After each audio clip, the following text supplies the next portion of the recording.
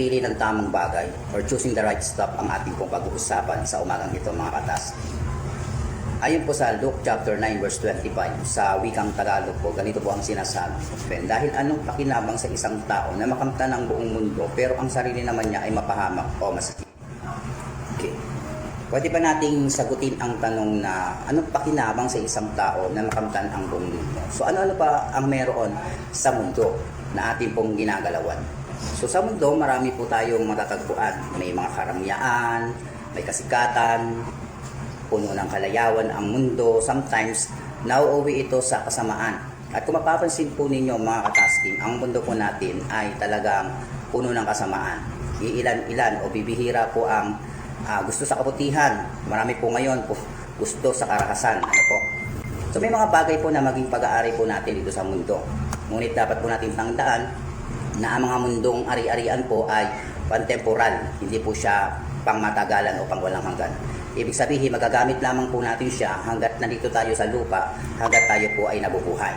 Pagkatapos po na umalis tayo sa mundong ito po ay may iwan doon sa mga mahal natin sa buhay at hindi na po natin ito mapapakinabangan. Unang-una na atin pong pwedeng maging pag-aari sa mundong ito ay tahanan. So siyempre yan po ang pinaka-basic needs ng isang tao dahil napakahirap po sa isang taong walang tahanan. Pangalawa po, lupa, yung pinatitirikan po ng ating tahanan na masasabi po natin atin. At kung medyo maganda pong kalagayan natin sa buhay, meron tayong mga teknolohiyang ginagamit, kasama po mga computer dyan. At kung isa po, pag mas maganda-ganda pa ang ating kalagayan, meron tayong pera o maaari tayong tumanggap ng mana sa ating pong mga magulang. Pero tandaan po natin, ang lahat po ng mga bagay na yan ay pansamantala lang. Ngunit ang mga bagay ng mundo pong ito ay may walang hanggang implikasyon po at kahihinatnan. At tumutukoy po ito na kapag ang buong panahon at oras natin doon nakagugol, doon tumatakbo ang buhay natin. Na dumarating sa point na hindi natin kinikilala ang Diyos o binabaliwala natin ang Diyos, na hindi natin tinatanggap sa buhay natin ang Diyos, at ito yung pinakamahalaga sa buhay natin kaysa sa Diyos, mayroon po yung walang hanggang implikasyon pagdating ng panahon. So, ano po ba yung mapapakinabangan natin sa mundo? Meron po ba tayo mapapakinabangan sa mundo? Kung ang ating pong pagbabasihan ay ang salita po ng ating Panginoon, ang sagot po dyan mga katasking ay wala. Dahil lahat po ng karangalan, lahat ng kayamanan, lahat ng kasiyahan po, sa harapan ng Diyos, sa salita ng Diyos ay walang silbi kung ang tao mismo ay mawawalan ng kaligtasan. So paanong paraan ba mawawalan ng kaligtasan ng isang tao? Kapag ginugol niya yung buong panahon at oras niya sa lahat ng maibibigay ng mundong ito.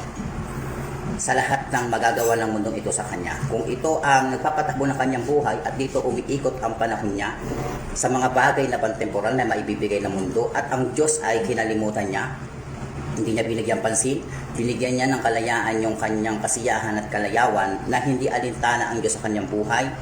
Darating ang panahon na kapag siya po ay lumisan sa mundong ito, sabi nga, lahat ng mga bagay na maibibigay ng mundo ay walang halaga sa Panginoon. Dahil makamtan mo man ang lahat ng tagumpay, karangalan, kayamanan, kasikatan o kasiyahan, kung wala kang Panginoong Jesus, wala kang Panginoong Diyos na siyang tagapagligtas na tinanggap sa buhay mo, at hindi ka sumunod sa Kanya, bali wala ang lahat ng mga mayroon ka ngayon.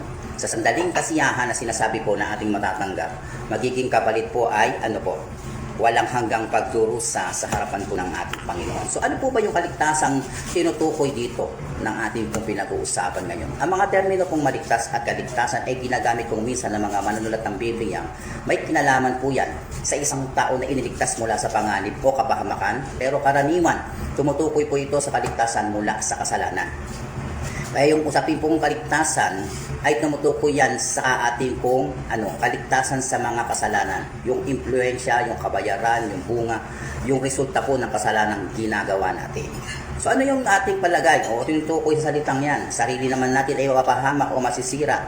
Ano po ba ang tinutukoy ng talatang ito na mapapahamak o masisira sa ating pong pinag-uusapan ngayon? Walang iba po kundi ang sariling kaluluwa ng isang tao. Kamatayang bahagi po ng kaluluwa at kawalan po ng kaligtasan at pagdurusa ng habang buhay. Sa hinaharap po ang ating pong tatanggapin kapag ang ating pong buong panahon ay ginugol natin sa maibibigay na mundo at makakalimutan natin ang Diyos. na hindi natin susundin ang Diyos sa ating buhay. Ang kahinatnan po ng isang taong mapapahamak o masisira bunga po ng kanyang ginagawang desisyon na tangkilikin ang produkto ng mundo at mawala ng panahon sa Diyos. Yan po yung pinakamasakit na resultang mangyayari sa kanya. Naibigay ng Diyos ang lahat ng mga bagay na pangailangan niya, pero ang Diyos hindi niya binigyan ng panahon sa buhay niya at doon siya sa mundo, naglagi ng panahon at oras. Sa bandang huli po ay kanya pong matatanggap yung kaukulan pong hatol ng Diyos sa kanya pong mga desisyon sa buhay. So ayon sa Biblia, ang mga tao pong mawawalan ng kaligtasan pagdating sa bagay na yan, dahil po tinangkilik ang produkto ng mundo o ang mundo, mga katasking, sila po ang sinasabi po ng Biblia itatapon po sa walang hanggan. Ibig sabihin, magdurusa po sa pagkawala ng walang hanggang kaligayahan at kulhatian. Sila po ay mamamatay physical at the same time ay spiritual. At sila po ay mawawasak sa tinatawag pong walang hanggang parusa na tinutukoy po ng Biblia na walang iba kundi ang impyerno. Now in conclusion, hindi masama po ang magkaroon ng mga pag-aari at magandang buhay sa ibabaw ng lupa habang tayo po ay nasa mundong ito. Ngunit kung dito natin inuupos ang oras at panahon natin, nangangahulugan lang na masikit po natin iniibig yung mga bagay na pantemporal kaysa sa Diyos. Ito ay walang hanggan at magbubunga sa huli ng walang katapusang pagdurusa sa impyerno. Now, hindi po ipinagbabawal ng Diyos na magkaroon tayo ng mga tinatangkilik o ari-arian. Ang masama dito ay kung dito lamang nakapokus ang oras natin at panahon at wala tayong panahong sumunod at sumampalataya sa ating Panginoon. Sa ating pong buhay, kailangan po natin sumampalataya at sumunod sa ating Panginoon upang maging matagumpay po ang ating buhay dito sa lupa at maging po sa kawalang hanggan pagdating ng panahon. Mas maigi na yung mga tinatangkilik mo ay laging kasama ang Diyos, na ang Diyos ang center ng lahat, na ito mga tinatangkilik natin sa mundong ito ay pangalawa lang sa ating Panginoon. Nang sa ganon, mapanatili po natin yung ating pong katapatan sa pagsunod sa salita ng Diyos at papabuti ang relasyon natin sa Kanya.